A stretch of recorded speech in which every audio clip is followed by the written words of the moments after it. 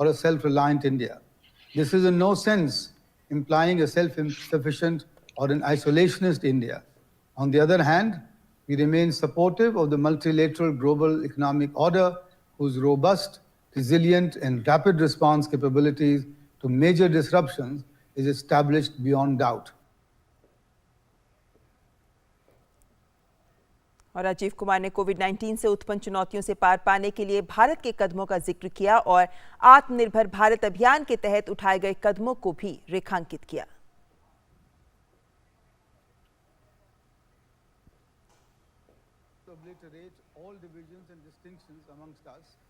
And come together to try and convert the prevailing situation into an opportunity for accelerating our progress towards achieving the SDG targets. On behalf of the Government of India, its people, and my own behalf, I express my solidarity with all the countries which are grappling with multiple challenges thrown up by the pandemic. केंद्रीय जहाजरानी राज्य मंत्री मनसुख मांडविया ने virtual समारोह में कोलकाता बंदरगाह से बांग्लादेश के चट्टग्राम बंदरगाह होते हुए अगरतला के लिए पहला परीक्षण मालवाहक जहाज रवाना किया। ऐसा भारत के पारगमन जहाजों की आवाजाही के लिए चट्टग्राम और मोंगल बंदरगाह का उपयोग करने के लिए बांग्लादेश के साथ हुए समझौते के तहत किया गया। मनसुख मांडविया ने इस अवसर पर कहा कि ये मार्ग दोनों देशों के लिए नए अवसरों के द्वार खोलेगा। एयर रूट शुरू होने से हिंदुस्तान के नॉर्थ ईस्ट पार्ट तक पहुंचने में डिस्टेंस कम होगा और समय भी बचेगा। भारत और बांग्लादेश के लिए air root win win situation से है, दोनों कंट्री को उससे फायदा होना है। यह आर्थिक गतिविधि हमारे दोनों देश की समृद्धि में एक सहयोग का हिस्सा बने। और राष्ट्रीय कैडेट कोर यानी एनसीसी कैडेट्स के लिए अच्छी खबर है। एनसीसी के युवाओं को केंद्रीय सशस्त्र पुलिस बलों की तरह ही राज्य पुलिस बलों में भी होने वाली नियुक्तियों में प्राथमिकता मिल सकेगी। केंद्रीय गृह मंत्रालय ने इसके लिए सभी राज्यों को चिट्ठी लिखकर आग्रह किया है कि इन युवाओं को राज्य पुलिस बलों में भी प्राथमिकता दी जाए। इस संबंध में उठाए गए कदमों के बारे में भी केंद्र को जानकारी भेजने के लिए भी राज्यों को लिखा गया है। गृह मंत्रालय ने राज्यों से कहा है कि जिस तरह से केंद्रीय पुलिस बलों में एनसीसी के सर्टिफिकेट धारकों को तरजीह मिलती है, उसी तर्ज पर राज्य पुलिस बलों की सीधी भर्ती में भी एनसीसी कैडेट्स को प्रोत्साहन दिया जाए। दरअसल मोदी सरकार ने एनसीसी में युवाओं की भागीदारी बढ़ाने के मकसद से कुछ महीने पहले ही ये फैसला किया था कि एनसीसी सर्टिफिकेट धारकों को केंद्रीय पुलिस बलों की सीधी भर्ती में अलग से बोनस अंक दिए जाएंगे। ये बोनस अंक एनसीसी के ए, बी या फिर सी सर्टिफिकेट के आधार पर तय किए जाएंगे। तो केंद्रीय गृह मंत्रालय ने इस संदर्भ में राज्यों को चिट्ठी लिखकर आग्रह किया है। और अब एक झूठी खबर की ओर आपका ध्यान आकर्षित करना चाहेंगे। एक प्रतिष्ठित अंग्रेजी अखबार ने एक बार फिर झूठी रिपोर्ट प्रकाशित कर दिल्ली पुलिस को बदनाम करने की कोशिश की है। अखबार ने अपनी एक रिपोर्ट में यह दिखाने की कोशिश की है कि दिल्ली पुलिस निष्पक्ष ढंग से काम नहीं कर रही। पीआईबी फैक्ट चेक ने अखबार के दावे के अत्यधिक भ्रामक और आदेश की भावना के विपरीत बताया। दिल्ली पुलिस का कहना है कि इस खबर से सनसनी फैलाने की कोशिश की गई है। ये खबर बिल्कुल गलत है। आइए अब कुछ अंतर्राष्ट्रीय खबरों का रुख कर लेते हैं। चीन और अमेरिका के बीच तनातनी बढ़ती जा रही है। गुरुवार को चीन के विदेश मंत्रालय की प्रवक्ता हुआ चुनयिंग ने कहा कि अगर अमेरिका चीन की सत्तारूढ़ कम्युनिस्ट पार्टी के सभी सदस्यों के यात्रा प्रतिबंध पर विचार कर रहा है तो ये काफी दुर्भाग्यपूर्ण है। उन्होंने अमेरिकी विदेश मंत्री माइक पॉम्पियो को चीन आने का निमंत्रण भी दिया। तुर्की में एक टोही विमान के दुर्घटनाग्रस्त होने से 7 सुरक्षाकर्मियों की मृत्यु हो गई। ये दुर्घटना पूर्वी वैन प्रांत में हुई। जांचकर्ता विमान के दुर्घटनाग्रस्त होने के कारण का पता लगाने में जुट गए हैं। और इसी के साथ न्यूज नाइट में आज बस इतना ही। नमस्कार।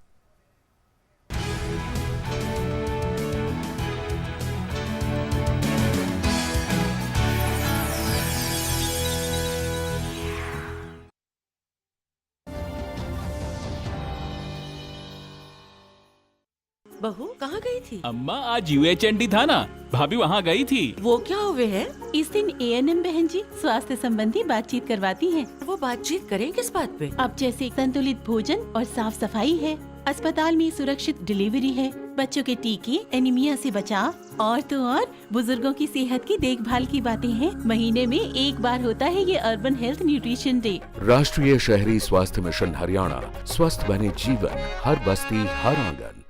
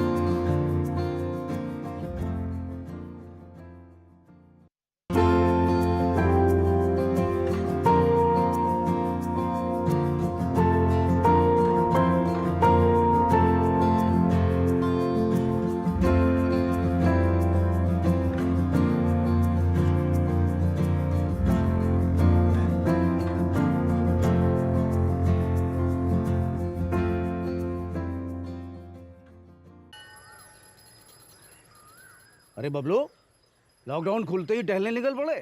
महामारी अभी फैली हुई है। सरपंच जी टहलने नहीं, काम पे वापस जा रहे हैं। तुझे डर नहीं लगता वायरस पकड़ लेगा? पहले थोड़ा बहुत डर लगता था, फिर पता चला कि अगर मैंने पूरी सावधानी बरती तो ये बीमारी होने की संभावना कम है। सबसे महत्वपूर्ण है ये मास्क। काम पर मास्क हमेशा पहनूंगा, समय समय पर हाथ धोता रहूंगा और दूसरों से हर वक्त कम से कम 2 गज की दूरी बनाए रखूंगा। खुद को, दूसरों को और अपने परिवार वालों को भी सुरक्षित रखूंगा। अरे भाई, मेरी जिम्मेदारी बनती है तुझे चेतावनी देना, सो दे दिया। जब देश के मेडिकल और स्वच्छता कर्मचारी रोज कोरोना वायरस से लड़ने का काम कर रहे हैं तो हमारी भी तो जिम्मेदारी बनती है अपना काम करने की। बबलू, तुझे कुछ हो गया तो? हजारों लोग इस बीमारी को हराकर ठीक हो चुके हैं और अगर किसी कारण मुझे ये बीमारी हो भी जाए तो सरकार ने अस्पताल में हमारे इलाज के लिए पर्याप्त व्यवस्था कर रखी है। ये घबराने का वक्त नहीं, एक दूसरे का हौसला बढ़ाने का वक्त है। अरे ऐसे क्या देख रहा है? तू काम पे जाएगा, मैं नहीं जाऊंगा, नाक नहीं कट जाएगी मेरी। चलो। मास्क। हाँ, मास्क मास्क। अरे नाक तो ढक लो। हाँ। कोरोना वायरस से हमें लड़ाई जारी रखनी पड़ेगी और उससे डर कर नहीं, पूरी सावधानी के साथ डट कर चलिए। रुकी जिंदगी को आगे बढ़ाएं, देश को आत्मनिर्भर बनाएं। जय Hind.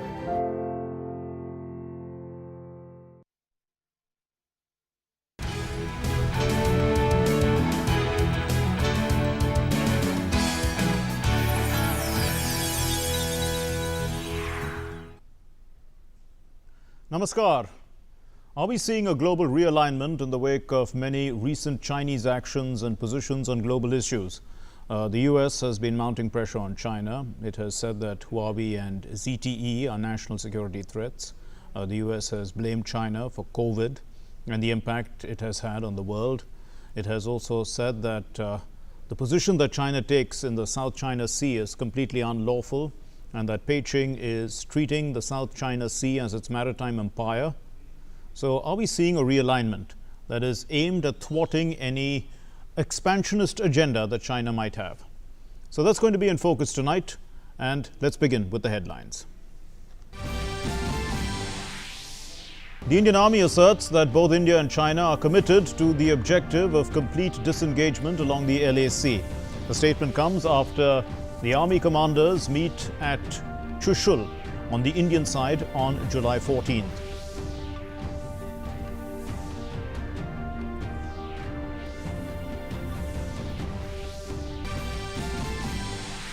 Pakistan fails to provide unhindered and unconditional consular access to Kulbhushan Jadhav. India strongly protests and condemns the construction of the Diamar Bhasha Dam by Pakistan in illegally occupied Indian territory.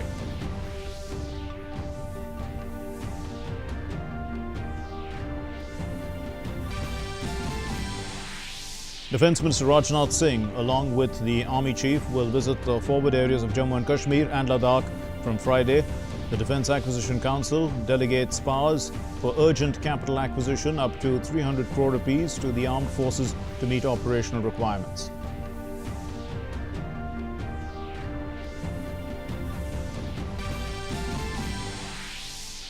Prime Minister Narendra Modi to deliver the keynote address virtually at the high-level segment of the United Nations Economic and Social Council meeting and session tomorrow on Friday. And the session is to focus on multilateralism after COVID-19, which resonates with India's Security Council priority of reformed multilateralism. India's massive evacuation mission, Vande Bharat, has brought back around 6.9 lakh stranded Indians. Civil Aviation Minister asserts negotiations for air bubble with France, US and Germany are in an advanced stage. Air France to operate 28 flights from Delhi, Mumbai and Bengaluru to Paris from the 18th of July to the 1st of August.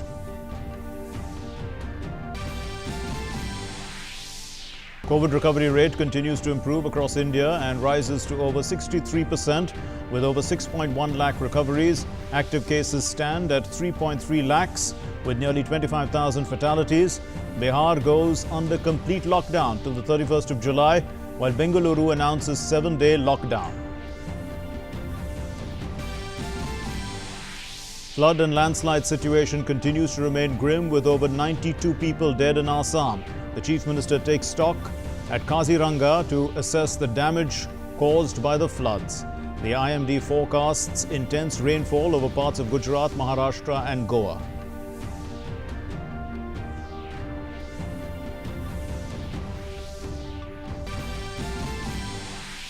In international news, the US Congress has urged, members of the US Congress have urged President Donald Trump to follow India's lead and ban TikTok and other Chinese apps, expressing concern over national security. 25 Congress members urge taking strong action to stop the Chinese Communist Party's sophisticated espionage campaign. And in sports, FIFA announces the schedule for the 2020 World Cup in Qatar. 4 games to be played daily in the group stage from the 21st of November onwards. The final will be played on the 18th of December.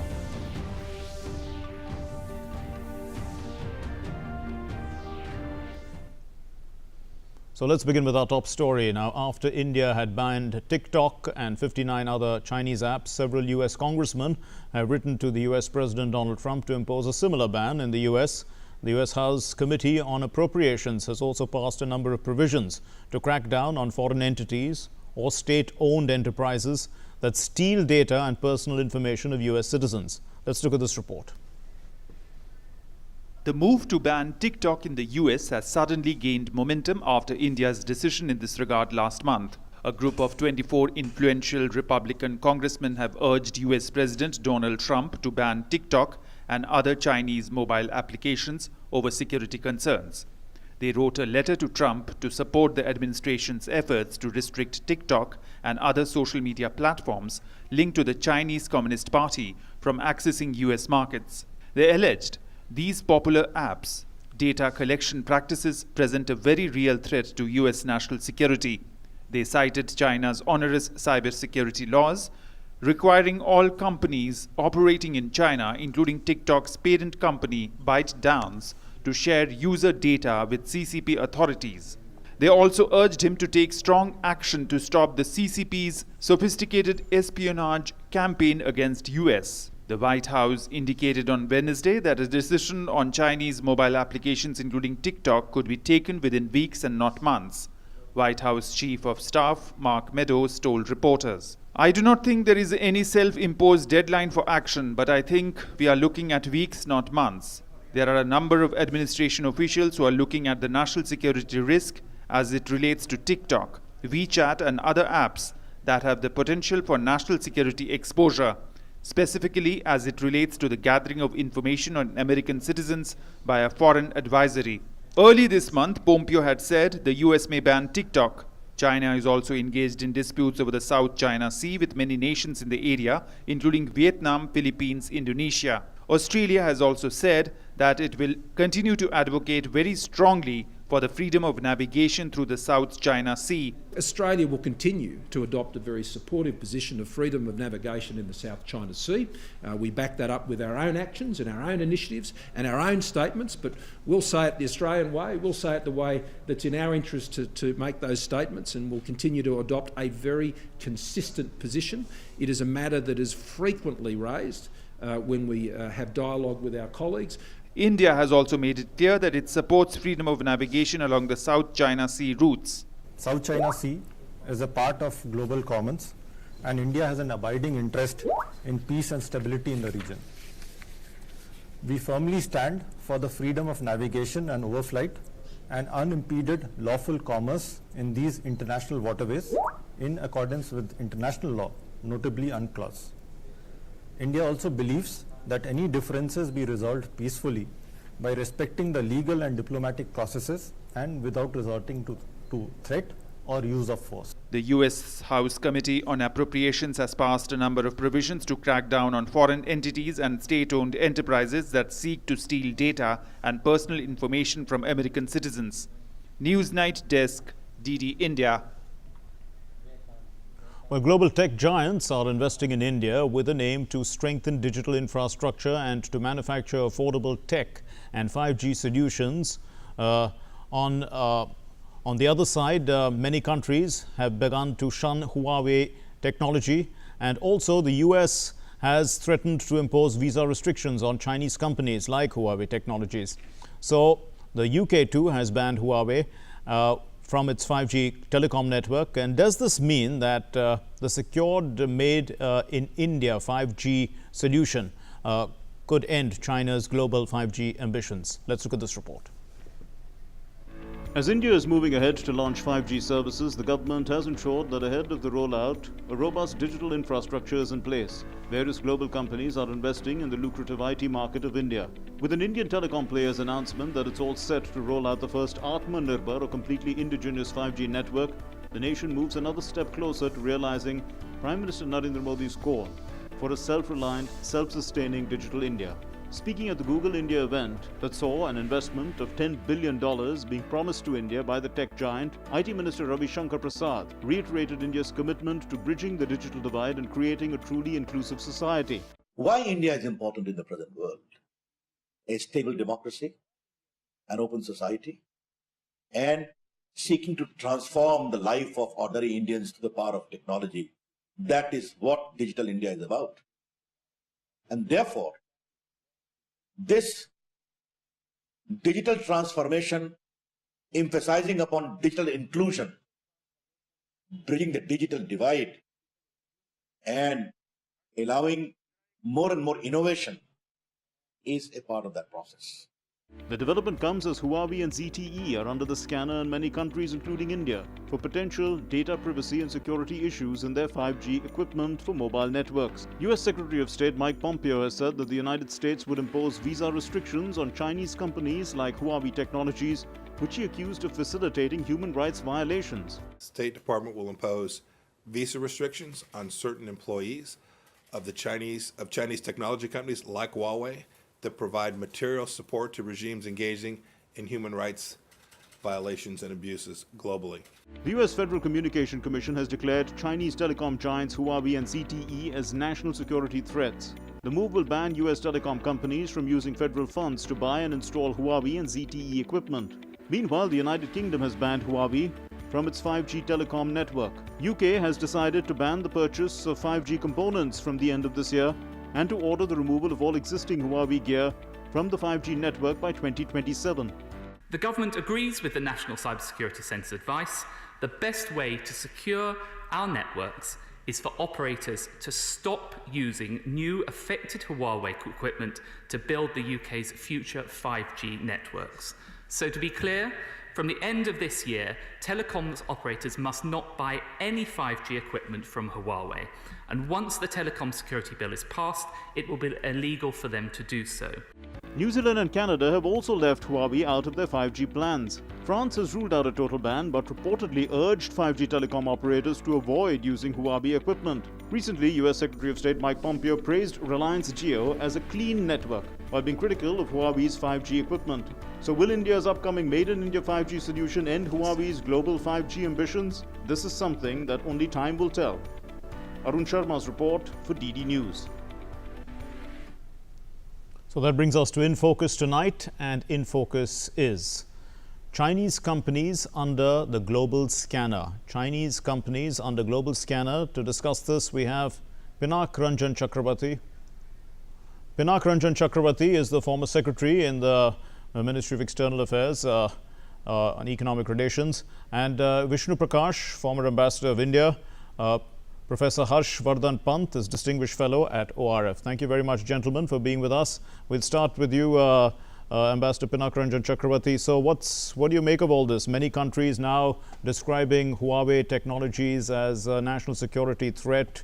US, Australia, New Zealand, Canada, restrictions being imposed by Europe. The basic concern, of course, is access of data going to the Chinese Communist Party. How serious is this as a global threat? I think it's the coming of age in terms of recognizing the digital world, in terms of how the digital world sucks up data from different countries and how data is used for their own national goals. And I think it was high time. It was bound to happen. The Americans had sort of convinced themselves that in the past, that is, that once China becomes integrated, or they help China integrate into the global sort of economic, WTO, and other kind of value chains, etc., which China, of course, used, and American companies profited from it, and made China into what it is today. Yes. Now they are realizing that once they have created this Frankenstein, that China is not a normal player on the global stage. It has gone rogue in many ways, and it is basically trying to oust the U.S. from its position as a global sort of player, and sort of overturn the international liberal order that it does not see that it has taken advantage of it, but now it wants to replace the USA as the big dada or the hegemon of the world. So I think that is what is happening. And countries now suddenly realize that this cannot be allowed to happen. Indeed. Let's bring in Ambassador Vishnu Prakash. Do you see a realignment that's taking place then against Chinese aggression? Is this an emergence of a new world order, would you say? I don't know whether the new world order will emerge, but one thing is very certain. The geopolitical order that we know today is permanently fractured. There is going to be a realignment. How things will pan out is anybody's guess, but it cannot be business as usual. Look at the irony. Look at the irony. Before I talk of China a bit, let me comment on Huawei. Yes. Huawei must be laughing their way back to the bank. Can you imagine 160, 70 odd countries paying Huawei top dollars to spy on themselves? I mean, if we have all been living in some kind of a denial, that is one example. Here it is this company, state-owned enterprise, which is a veritable arm of PLA, which is spying on us, which has the capability of planting bugs, trojans, bringing systems down. And merely because of economic interests and because of competitive pricing, we all have been just doing their bidding. So one, I think that certainly Geo, but more than Geo, if the democratic countries come together and pool their technologies, resources, capabilities, we can do a much better job. Secondly, China has done an exceptionally competent job in offending everybody. Everybody. And they have, with expansionism, with muscle flexing, with with intimidation. You look around in the neighborhood of China, and there will be rarely a country which has decent relations with China. Japan, Australia, Canada, USA. Yes, indeed. You know, so, and I can go on. So obviously a stage has come when countries are saying enough is enough. You cannot bully any and everybody. And US has finally woken up to the challenge. And I think it's a matter of time where things will begin to change. They are already changing, and a realignment of forces of relationships will happen. Okay, Professor Harshvardhan Pant, India believes in a rules-based world order. Also, India is in the process of some dialogue with China on restoring status quo ante in eastern Ladakh. India has banned several 59, 60 apps of Chinese apps. So how does all this affect India's India's role in the global state of play?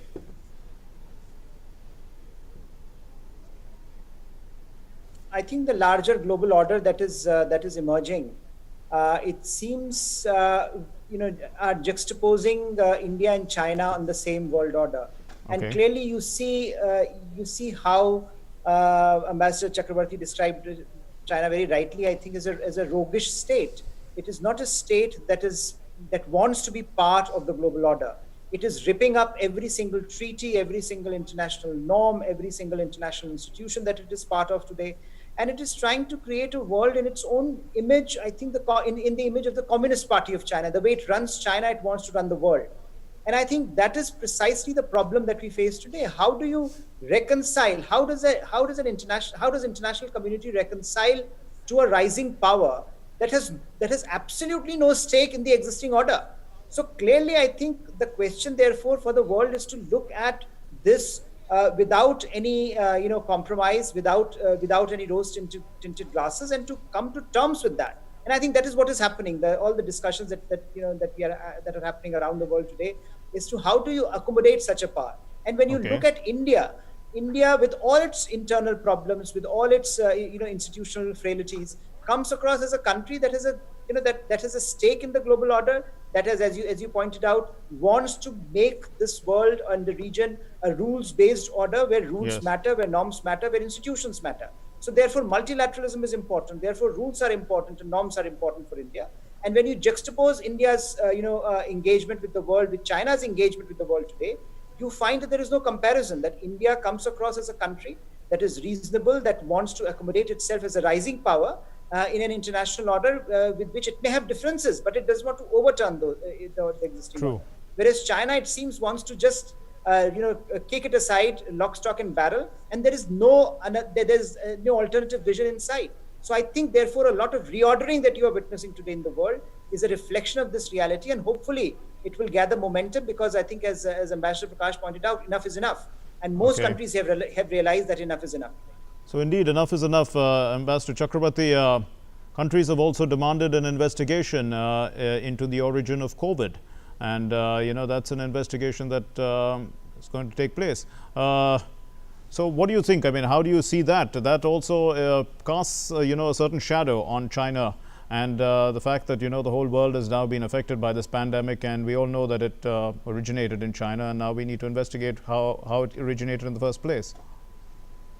There are two aspects here. One is that countries like Australia and others who spoke up on this investigation have felt the sort of the reaction of the Chinese.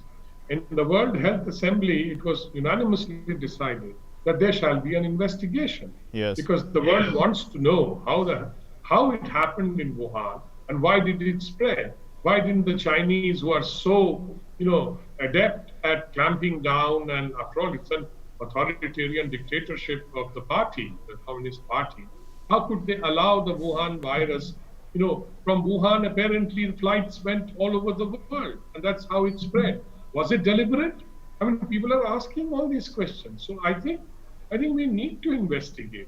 The second point about China is that it has taken advantage of the fact that the world is engaged in fighting the COVID pandemic to save the people, save every country it wants to save its people, like us. And today, what is happening is that China is taking advantage of the fact that the countries have been diverted to this major pandemic, and it's doing all kinds of things on its periphery. It is attacking India in Ladakh. It is attacking all the countries in South China Sea. It has changed the laws on Hong Kong and made it as if it's now Hong Kong is no longer what it used to be. It has a unique status. It is threatening Taiwan, and the world is basically pushing back now. Enough is enough, is what Ambassador, my colleague, said. And I think Harsh also mentioned that the Rubicon has been crossed, and I think that is the point that we are seeing today. That the world is now realizing that China is not a country that wants to live in peace. Okay, and Ambassador Vishnu Prakash, so the support that the world seems to be giving Taiwan, for instance, to join as a member of the WHO, that also is some sort of an aspect of trying to put pressure on China from all kinds of sides. And we've seen also that the US and Japan are economically distancing themselves from China. They're pulling out their companies from China. How is this all going to impact China over the medium term? I think the impact will be severe for a variety of reasons. One, the Chinese leadership, which lives virtually in a bubble, and when you're an authoritarian leader and you learn to shoot the messenger, then you only get to hear what you want to hear. So they have appear to be surprised that there has been this kind of a pushback, which I think they did not expect. Secondly, the reaction of the world to South China Sea and to Taiwan is something that again has jolted and will jolt the Chinese government. I think the fact that they have overplayed their hand, the way they have opened up too many fronts, is going to come and haunt them. Now, as far as the economic aspect is concerned, we all know that there is a social compact between the Chinese CPC and the people. The unwritten compact is that the people should leave politics to the party, and party will give them economic prosperity. Now, with the decoupling happening and going to gain steam, with the dream of technological dominance perhaps getting thwarted, there is going to be a massive downside to the Chinese economy, and that will bring a whole set of consequences, because as it is from a double-digit growth rate, they are down to low single digits, and that will further come down. And the fact is that the world has allowed China to become the world's factory, and the world which had allowed China to become the world factory can also undo it. And when the decoupling begins, onshoring begins and gains steam, it's only not a question of if, it's a question of when. So, Professor Harshpant, so it's a question of when, because it already actually was beginning to go. It had started earlier. People were already moving out of China. Companies were reshoring in a sense because costs were going up also in China, and they needed to diversify in a sense. You can't put all your eggs in one basket. So now what do you see? I mean, do you see this accelerating at a certain pace? Yes, I think some of the trends that we were witnessing before the advent of COVID-19, all those trends have been accentuated by Chinese behavior in the initial stages of COVID-19, the mismanagement, and Chinese behavior on the geopolitical side since over the last 3 to 4 months. And I think if you combine them both, you look at a world order that is in tremendous flux. You look at a world order which, where countries are willing to stand up to China increasingly, even those countries who were in doubt. So you can go back a few months, and then see how UK's decision, Huawei, was a different one. They decided to give it partial access. Today they have said, no, it can't, it is not possible. So clearly those countries who were willing to engage with China, even though it was limited engagement, even those countries are having a rethink on their policies. So clearly we are looking at a larger framework where China is under pressure, and my belief is that Chinese behavior today has less to do with Chinese strength and more to do with Chinese vulnerabilities. And those vulnerabilities domestically are being reflected in the way China is, just Chinese leadership, Communist Party is just flailing around, creating crises where none exist, trying All to right. browbeat smaller neighbors. So clearly there is tension within the Chinese Communist Party. There are tensions within China, which are being reflected in the way Chinese foreign policy is being shaped up, and that will have consequences for the communist leadership. But alas, it will also have some short-term consequences for the world order because of whatever we are witnessing today. So I think we are moving Yes. into a phase where Chinese pressure Okay. and global pushback Let's both move are back. going to be very substantial. Let's bring in Ambassador Chakrabarti once again. So under the current tensions then, could the South China Sea become a flashpoint? Because we know that there are military assets of the United States and China in the sea, in the South China Sea area currently. Well, one can never rule